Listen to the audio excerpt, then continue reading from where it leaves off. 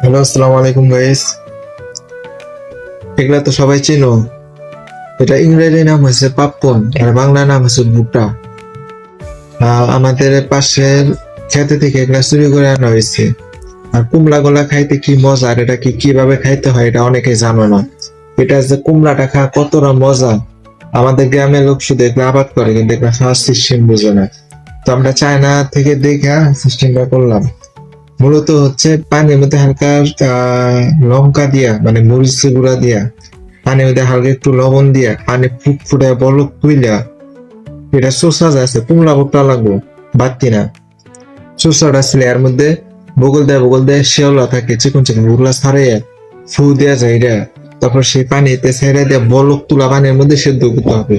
সেদ্ধ করার পর এটা যখন পুরোপুরি সেদ্ধ হয়ে যাবে, তাহলে এই দেখো একবার নরম হয়ে যায়, তখন এদের যাবে সেই সব। তোমরা যারা খাইতেছো, যারা আমার সাবস্ক্রাইবার আছো, আমার সাথে রাখা আশপাশে আছে, আমাদের অফিসের আশপাশে যে থাকো, আমাকে কমেন্টে দেখে দিও, আমি তার জন্য নিয়ে যাবো। সেই মজা।